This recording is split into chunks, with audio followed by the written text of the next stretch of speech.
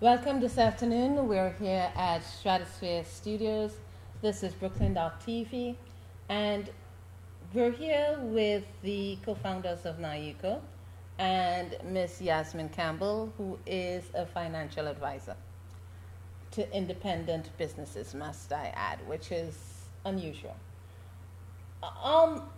One of the things with both Brooklyn TV and NAYUCO, we've partnered together to bring to our community vital information that is important to the building of the community and community businesses. This is Mr. Lawrence Peasy and myself, I'm Bonnie Sandy, and together we are in the process of developing an incubator that will help emerging talent within the creative sector, primarily fashion, create local cottage businesses. Our plan is by next year is to bring them to the point that they're able to fundamentally formalize those businesses. And one of the questions we have started hearing being put forth is, where can I get financing? Where can I get funding? And we decided to start this conversation early so that in planning their businesses and developing their products, they are cognizant of what is necessarily to attract investors. And investment is, most people go for funding, but even grants are investments. They're money that is put forth early on with the belief that they will garner increased benefits down the line.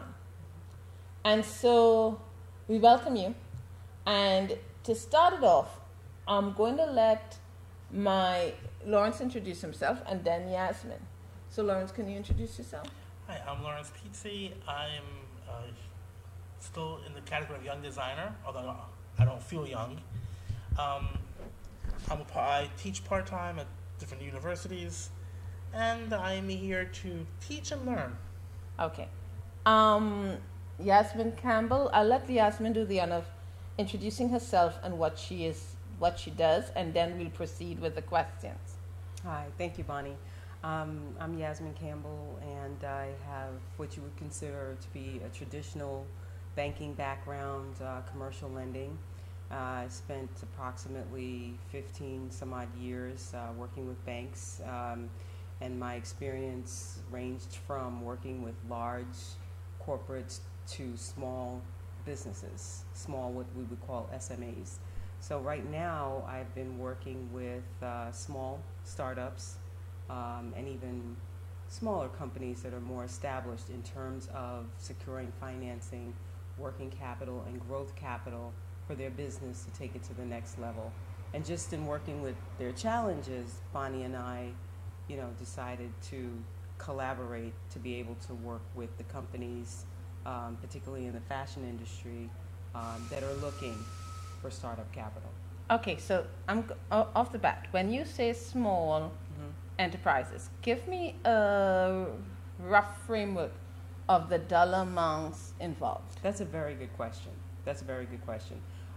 When I worked with the banks, I worked with a bank called European American Bank. Of course, it was absorbed by Citibank. And my particular group was called Corporate. And we did companies that ranged from 50 million in sales to 150 million in sales. The lower end of that, the 50 million, is still pretty much considered an SME in this country. They're considered because they're mom and pop. And so it's not so much the dollar amount, but it's more so the organization of the company.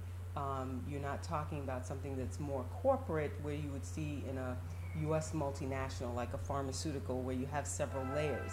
So for that reason, a lot of that is considered small. What we call small business today are the companies that you're going to see on Indiegogo, the companies that are in their startup phase, coming out of their startup phase, going into their growth cycle. So they may be doing 10 million in sales and below.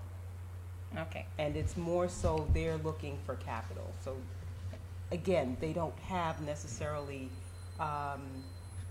management structure that's more pronounced, more detailed, as you would see in more developed companies. So Okay. they can be considered for small business funding.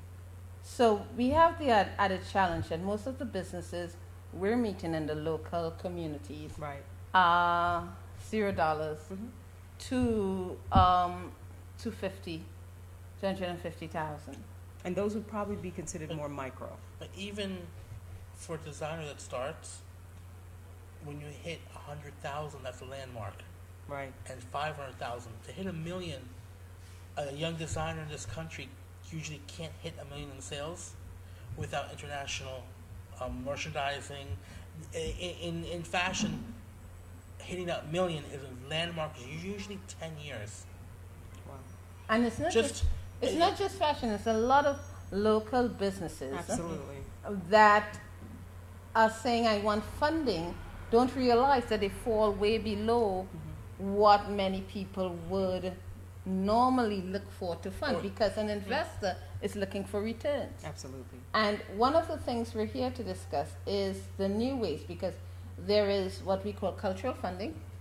You're Italian, I'm sure there are ways that a woman saved and funded their business. In the Caribbean, we call them susus and Piet. There are different companies that will loan you and that sort of thing. Then there's the traditional funding, and financing, which are the banks. Absolutely. And what I've found, because I'm also heavily involved in the new and emerging financing and funding, which is the startups. But when we consider funding in our community, it's always debit-based. But when if I'm in a tech room, it's asset-based and equity-based funding. So even the language that is used by those bringing us funding is not equal. It's not encouraging for development, because credit-based funding means you already owe within 90 days X amount. Absolutely. So would you explain to me credit and asset-based funding, and so that everyone will understand? Credit-based funding is going to be, it's really based on the overall structure of the company. That is traditional financing. And really only what I would consider the better companies would qualify for that. The companies that are A-rated or B-rated. Because it means that they've established a certain credit history that a bank is willing to lend them money on the overall structure of their company. If you've got a college loan. No. Right, a college loan, exactly. Would be. Now that's a question. I'm joking, but how does we find a lot of our community Right. is responsible for families? They've gone to colleges, and so they have this credit issue. How does that affect financing at a core level? Okay, well, let's look at it just in terms of finishing up the credit, which I think is important to distinguish. Those companies are, like I said, they've got a trend that a bank can look at. Most of the times when we go out and we're prospecting a company, we're going to be looking at least 3 years of solid financials. And when I say solid, not necessarily in terms of the performance of the company, but the ability to meet the certain parameters. So you have an income statement, you have a balance sheet, you have a cash flow statement that's either been reviewed or audited by some sort of independent firm. So someone could get an idea, or a bank, someone who's doing that analysis, making that decision, making that credit decision, can get an idea of whether or not you have enough cash flow to be able to sustain a debt. And that's really what the key parameter for a traditional finance entity is going to be looking for, which is a commercial lending bank. They're going to be looking for cash flow. And you generate cash flow from your working capital assets, how your inventory is turning over, if you're producing something, tangible, or if you're a service company, how your accounts receivables are turning over. If you're a law firm, if you're an accounting firm, that's a typical type of service. In simple layman's language, you're looking at the number of units you sell Absolutely, absolutely. And there's sort of some that you're pretty much established within your industry or your ecosystem. Even though you might be small or large, you've got a history, you've got a client base, you've got a merchant base, a vendor base. So you have a working company, you have an X amount of employees. So there is a trend there to look at. Okay. So is asset-based funding the same as equity-based funding? Asset-based funding is very different. That's when you're going to go to a finance company. A lot of companies may start out like that before they actually graduate to a bank. Because one of the things that I do want to get across is that bank financing, pound for pound, dollar for dollar, as I like to say, it's the cheapest form of financing. And that is why it is coveted the way it is. But again, it's for companies that are probably more in their growth stage or their maturing stage, their mature stage, where they're known within their financial community. Asset-based funding is specifically based on just the assets. So let's say you are a retailer. A lot of retailers use asset-based financing. You're going to get that product indoors, you're going to then turn around and sell it, and you're going to have maybe some receivables that it's going to generate.